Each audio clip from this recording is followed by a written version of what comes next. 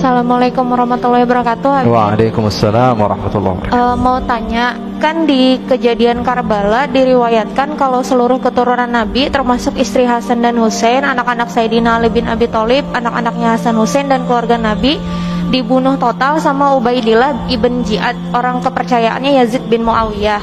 Pertanyaannya, kalau seluruh keluarga Nabi dibunuh, terus para habaib-habaib yang sekarang menyandang status sebagai cucu cicit Nabi itu keturunan dari siapa?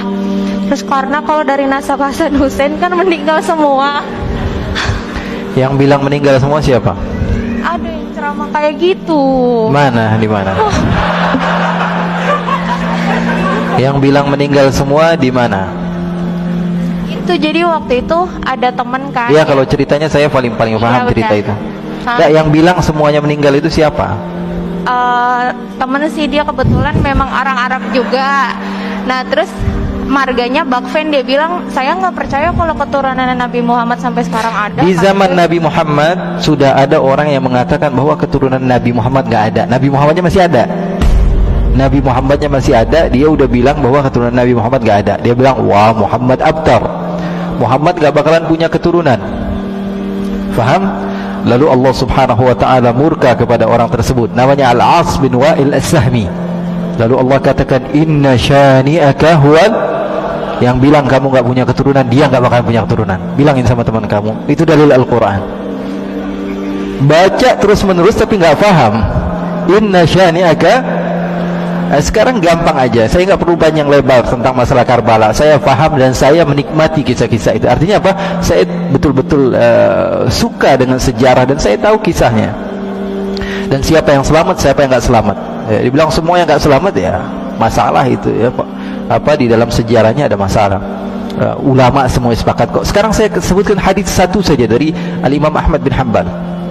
Imam Ahmad bin Hanbal mengatakan bahwa nanti di akhir zaman akan ada Imam Mahdi. Hadisnya banyak. Di antaranya riwayat Imam Ahmad bin Hanbal, akan ada Imam Ukhti, ada Imam Mahdi, percaya atau tidak? Percaya atau tidak? Percaya. Dan ini harus kita yakini bahwa Imam Mahdi akan ada. Dan di dalam hadis tersebut dikatakan bahwa Imam Mahdi akan muncul dari keturunan saya. Percaya atau tidak? Namanya seperti nama saya, kata Nabi Muhammad. Percaya atau tidak? Dan dia dari keturunan saya. Sekarang kalau di akhir zaman ada keturunan Nabi, terus di zaman sekarang nggak ada keturunan Nabi, munculnya dari mana? Paham atau tidak? Ya, kalau dibilang di akhir zaman nanti ada keturunan Nabi, keluar Imam Mahdi, terus sekarang nggak ada keturunan Nabi, keluar dari goa, tiba-tiba ada, kan nggak begitu. Ini apa namanya, kesalahan yang sebetulnya salah di dalam sejarah, salah di dalam dalil, salah di dalam apa, sesuatu yang kita lihat dengan mata. Keturunan Nabi dijaga. Rasulullah dalam hadis yang sahih mengatakan, fa innal ansaba tanqati'u yaumal qiyamah ghaira nasabi wa sababi yusihri.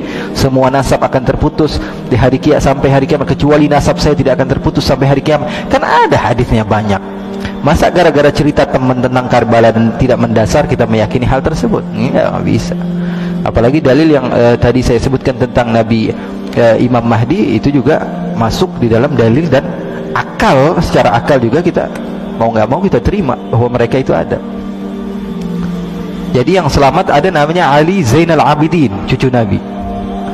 Ya, beliau orang yang diselamatkan. Dan ceritanya ma'ruf, semua ulama sejarah mengatakan bahwa Ali Zainal Abidin masih ada. Bahkan beliau dibawa-bawa dari Karbala sampai menuju ke beberapa tempat. Dan putra-putri Rasulullah SAW masih beberapa yang hidup. Putra-putra Hasan masih banyak ketika itu.